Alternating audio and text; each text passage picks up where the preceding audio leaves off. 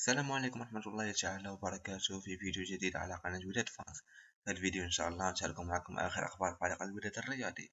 أولا قبل كل شيء ما تنسوا ديروا واحد لايك للفيديو والاشتراك في القناة تشجيعنا نستمر معكم في نشر جديد إن شاء الله. ومرحبا بكم. في الخبر الأول، الديربي في ملعب البشير أولى الجمهور.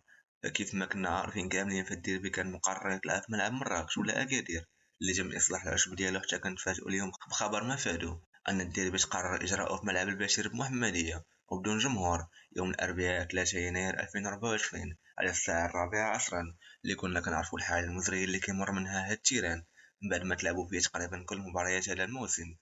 وعلاش لا منلعبوش ملعب العربي الزاولي ولا الأبجيكو اللي كنعرفوا أن أرضية ملعب فيهم جيدة للممارسة، وحتى ممكن يتلعب الماتش بالجمهور، وخصوصا أن فريق ولاد الرياضي هو اللي مستقبل هذا الماتش، هو شروطه غيستقبلوا فيه فريق الرجاء بالجمهور، وبالتالي غيكون عندهم امتياز مادي علينا. فراه في هذه الحالة كنطلبوا من الإدارة تحرك وتطالب بالحق ديالها. وعلاش لا منلعبوش بالجمهور ديالنا فقط، وديك الساعة روتورو ما يديروا اللي بغاو، ولا يتم تغيير الملعب اللي غير ملائم بتاتا للممارسة. في الخبر الثاني، الهوني مستمر مع فريق الوداد الرياضي. الهوني سحب في الأيام السابقة الشكوى ديالو المقدمة للجامعة بعد ما متوصلش بشهر من أشهر المنحة ديالو أو السالير ديالو، بعد ما عرف أن الفريق في أزمة وعرف مشاكل كثيرة اللي كيمر منها الفريق، ومشكل سعيد الناصري التمس العذر للفريق، وأيضا بعد ما تكلم مع فوزي بن زرتشي اللي هو واحد من اللي عارفين مؤهلات اللاعب الليبي وشرف عليه في منتخب ليبيا، واستأنس الهوني مع الوضع بحيث كيف ما قال ما كانش مرتاح لأسلوب علي الرمزي وما كانش كيعطي فيه مزيان وما كانش كيحس بالراحة في اللعب. وحاليا الهوني في مرحلة الإعداد بعد ما تشافى من الإصابة ديالو. في الخبر الثالث، لاباس والمترجي التحقوا بالفريق واندمجوا مع التدريب الجماعية. فكيف ما سبق الذكر في أخبار البارح، فراه تم إلحاق كل من المترجي واللباس ببعثة الفريق في أسفي بعد ما ولات حاجة ماسة للمهاجمين الفريق ولعدم قدرة الفريق في تحويل الهجمات إلى أهداف. كنا كنعرفوا قوة المترجي في التسديد من خارج منطقة الجزاء، هادشي اللي كيفتقدو كل فريق تقريبا. كيف ما شفنا في مباراة الحسنية شحال من مرة جات فرصة تسديد ولكن ما كاينش اللي كيزعم ويجرب يسيري من بعيد. فراه كيبان لي ان المترجي غيعاون الفريق بزاف، ولاباس هو كنتمناو يكون في المستوى اللي ما غيكونش بالسوء ديال شرقي البحري وصامبو.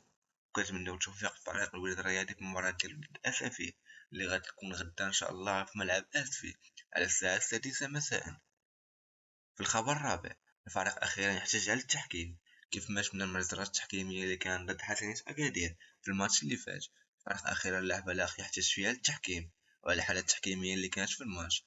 أكثر لقطة ضربة الجزاء اللي كما جا في البلاغ حكم الفار مقداش حتى دقيقة باش يعاينوا اللقطة اللي كانت باينة فيها إعاقة شرقي البحري، ولكن هذا مكيناش أن اللاعبين غير مسؤولين لهذا الشيء. كيف ما شفنا البرودة وعدم احتجاج الحكم بتاتا.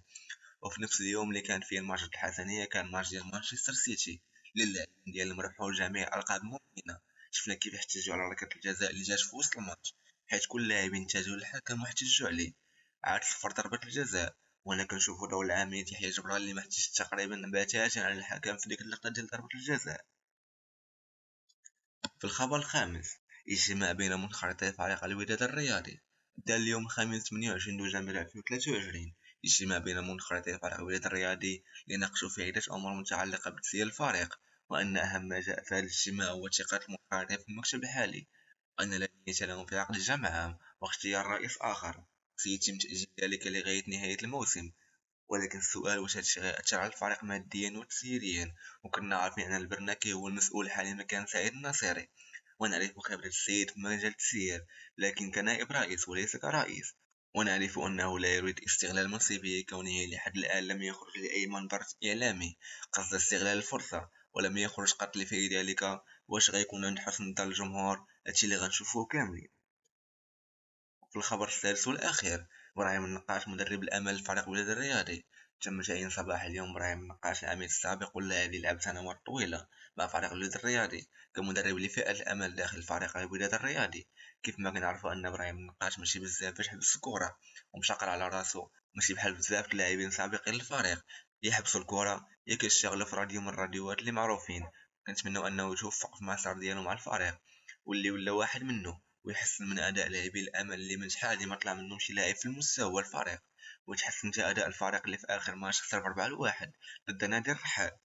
وصلنا لنهاية الفيديو، ما تنساش دير واحد لايك وابوني باش تدعمنا ونستمر معاكم. شكرا على المتابعة وإلى اللقاء.